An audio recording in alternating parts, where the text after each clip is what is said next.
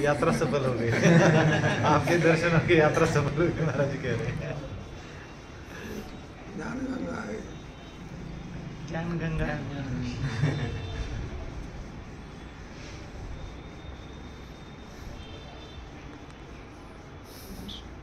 ज्ञान पे गए थे ऋषिकेश हरिद्वार काशी। पूरे ऋषिकेश में जिनका आदर्श लेके बच्चे पढ़ाई के लिए आते हैं, आपके पास ही आते हैं। अब इस समय 2 गंगा नहीं है क्या, 3 गंगा है। अच्छा। एक जो गंगा जी देख ही रहे, दूसरा बाबा जी ने कहा ज्ञान गंगा है, हाँ। और तीसरी भक्ति गंगा। हाँ, भक्ति गंगा। त्रिवेणी घाट हो गया, त्रिवेणी घाट। त्रिवेणी संगम हो गया, इससे बढ़िया और क्या है।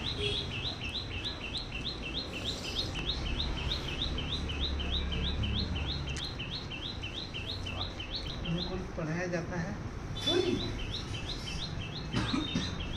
मत कर्म मत परमो मत भक्त। 11वें अध्याय के अंतिम श्लोक में क्या कहा भगवान?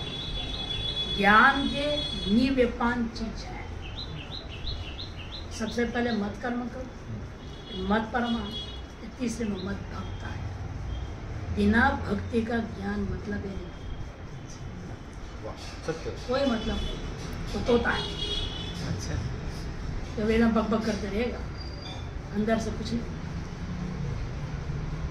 बार बार कहते थे, गीता को देखिए, चाहे वेद को देखिए, किसी में भी देखिए, कर्म भक्ति ज्ञान। तो कर्मकांड उपासना बोला जाता है, उपासना खंड और ज्ञान, ये 3 सभी शास्त्रों में। क्यों? और उपनिषद पुस्तक उठाइए, उपनिषदों में भी 10 उपनिषदों में टोटल मंत्र संख्या गिनो, केवल ज्ञान वाला मंत्र अलग कर दो, उपासना मंत्र अलग देखिए, उपासना क्या ज्यादा है। उपनिषदों में भी उपासना की चर्चा ज्यादा है। क्यों? तो मुख्य कारण है, इस शरीर के अंदर प्रधान 3 शक्तियां काम करती हैं। एक तो शारीरिक, जिसको फिजिकल एनर्जी बोल सकते हैं, दूसरा मानसिक, मेंटल एनर्जी है। इन दोनों के सबसे प्रधान है भावनात्मक शक्ति, हृदय। जब तक तीनों शक्तियों का संतुलन नहीं होगा, तो जो strike a balance between all the 3 energies, उसके बिना आप साधक ही नहीं हैं। साधक का मतलब वही है, इन तीनों शक्तियों को साधता है और जो एक रसता लाता है। केवल ज्ञान प्रदान होगा तो भी काम नहीं होगा, एक रसता नहीं आएगी। केवल नमक ज्यादा डाल दो तो कौन खाएगा, केवल मिर्ची ज्यादा डाल दो तो कौन खाएगा। समरसता तभी एक स्वाद होता है, स्वादिष्ट होता है। इधर हमारे यहाँ ये तीनों का समरसता लानी पड़ेगी, संतुलन स्थापित करना होगा, यही साधना है। हमारे शारीरिक शक्ति के लिए निष्काम कर्मयोग दिया भगवान ने। भावनात्मक शक्ति जो हम दुनिया में प्यार के रूप में बहा देते हैं, वेस्ट कर देते हैं। पति है, पत्नी प्यार कर रहा है, बच्चों को प्यार कर रहा है, प्यार के नाम पे स्वाहा हो रहा है, उसको परिणत करो, वहां से हटाओ, भगवान की ओर जोड़ दो। उसी प्रेम का नाम भक्ति होता है। नाथ बुद्धेश्वर क्या कहा? निरति से प्रेमास्पदा, प्रेम का निरति से आस्पद जो होता है। प्रेम का आस्पद तो सारी दुनिया है, हर वस्तु का प्यार कर सकते हो। हमने घड़ी से हमको प्यार होता है, हमने ऐसे मारता है, एक डंडा रखता था, डंडे से इतना प्यार, डंडे की मैंने चाहे मैंने सुना ना कई बार पाठ में, गंगानंद जी महाराज करके थे, इतना छोटा सा डंडा, वो डंडे की उनके जान निकल जाता, इतना प्यार। तो प्यार तो किसी भी वस्तु में हो सकती है, लेकिन प्यार का परम आस्पद, परम अधिष्ठान एक भगवान। जिस दिन हमारे प्यार उस तरफ चला जाता है, उसी का नाम भक्ति होता है। इसलिए हमें ये जो हमारी इमोशनल एनर्जी है, इसको हम चैनलाइज करो, कन्वर्ट इट टुवर्ड्स गॉड, जो भगवान के ऊपर। निष्काम कर्म में भी क्या है? कर्म कर कोई कामना पूरी की इच्छा मत करो, वो भी परमात्मा की ओर समर्पित है। और अंत में इसलिए आता है इसके ये मनोराज्य में लगा रहता है, इसका स्वभाव है फालतू कल्पनाओं के जगत में पड़े।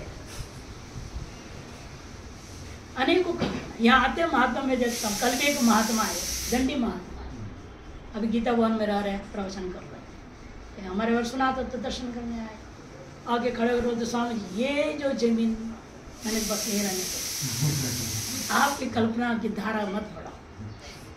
उनका अभिप्राय समझ गया, ये जमीन आप खरीदो, इधर एक मकान बनाओ, यही तो कहेगा और क्या करेगा। मैंने यही रहने दो। ये मनोराज्य है ना, बहुत खतरनाक। साधक की आधा जिंदगी मनोराज्य में चला, निरर्थक।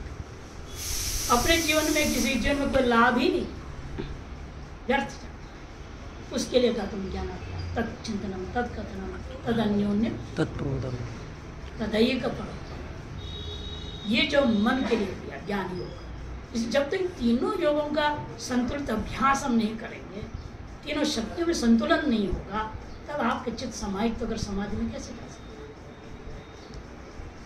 एक भी शक्ति अधिक चल रहा हो, इम्बैलेंस हो, संतुलन नहीं रहा। आप जो भगवान कहते बार बार संयत इंद्रिय, संयत इंद्रिय, कैसे होगा संयत इंद्रिय। और सबसे बड़ा भागवत में सुखदेव महाराज ने जो कहा है, जिते रसे जितम से। सभी इंद्रियों को, ये सभी शक्तियों को ताकत कहाँ से मिल रहा है? जो हम खाते हैं। इसलिए हमें जो साधु बनना है, इसका स्वार्थ को त्यागना पड़ेगा। स्वाधु और साधुता दोनों विरोधी चीज, एक साथ नहीं हो सकता। इसलिए आप साधुता को ध्यान दे रहे हैं का मतलब समझ लीजिए आप साधुता से दूर, अब आपसे साधना होने वाला है कि संतुलन नहीं रहेगा शक्तियों का। कभी रजोगुणी खा रहे हैं, कभी तमोगुणी खा रहे हैं, कभी स्वाद के आधार पर चलेगा तो यही होगा। सात्विक आहार कैसे निकालते? इसे जब श्रुति छांदोग्य उपनिषद ने शुरू किए तो कहाँ से शुरू किए? आहार शुद्धो सत्व शुद्धि, बिना आहार शुद्धि का इंद्रिय संयम हो ही नहीं सकता, और उसके बिना सारे शक्तियों में संतुलन होना संभव नहीं। इसीलिए अपने शास्त्रों में विचार करते हैं, बैठे देखते हैं, तो हमें यही लगता है कि सबसे पहले हमें इस पर नियंत्रण करना चाहिए। वो नियंत्रण हो जाए तो दूसरा इंद्र भी नियंत्रण में आ ही जाएगा। और दो इंद्र जीत लिया तो कलयुग पर विजय हो। आप लोग गुरु गीता पढ़े होंगे ना, गुरु चरित्र में क्या आया? जो चारों युग आ रहे हैं, एक के बाद एक स्वरूप आया। कलयुग जब आने लगा तो क्या किया कलयुग ने? जीवा दो इंद्रिय पकड़ के आया, वो संकेत किया, जो इन दो इंद्रिय को जीत लिया वो कलयुग को जीत लिया, मोक्ष पा सकता। इसलिए मेन यही मुख्य, उसमें भी इन दो में से भी सुखदेव ने कहा ये मुख्य है। इसको भी ताकत कौन देगा? जो खा रहे उसके आप। हिंदी में कहावत भी क्या, जैसा खावेगा अन्न वैसा बनेगा मन। क्या खाएगा नहीं बोला, कितना खाएगा वो नहीं बोला, जैसे खाएगा। The way you are eating, not what you are eating, how much you are eating is not considered. The way you are eating का मतलब क्या? जैसे खावेगा मतलब क्या? चम्मच से खावेगा, हाथ से खाएगा, इससे मतलब नहीं। वहाँ ये खाते वक्त आपके भाव, यदि मन शांत होकर प्रसन्न होकर नहीं खा रहा है, वो भोजन आपके लायक है, वो साधना में विघ्न डालेगा। इसलिए हमारे यहाँ पद्धति क्या किया, भोजन को यज्ञ करो। और इस यज्ञ ऐसा यज्ञ है जिसमें अग्नि स्थापना की जरूरत थी। हम वैश्वानर भूत्वा, भगवान खुद अग्नि के रूप में बैठे हुए हैं। उस अग्नि में स्वाहा तो करना है आपने। स्वाहा करोगे तुम्हारा भूख भी मिटाएगा, यज्ञ भी हो जाएगा, यज्ञ हो जाए तो सब कुछ अनुसार। हम पाठ में बार बार बोलते हैं विद्यार्थियों को, यहाँ पर चित्त शुद्धि चाहते हो, ध्यान भजन करना चाहते हो, एक ही रास्ता है, जो भी खाओगे पियोगे स्वाहा स्वाहा स्वाहा के साथ। जब स्वाहा बोले बिना अंदर जाना नहीं, ये नियम बन गया, अब मन अपने आप यहाँ स्थित रहेगा, चंचल नहीं हो सकता।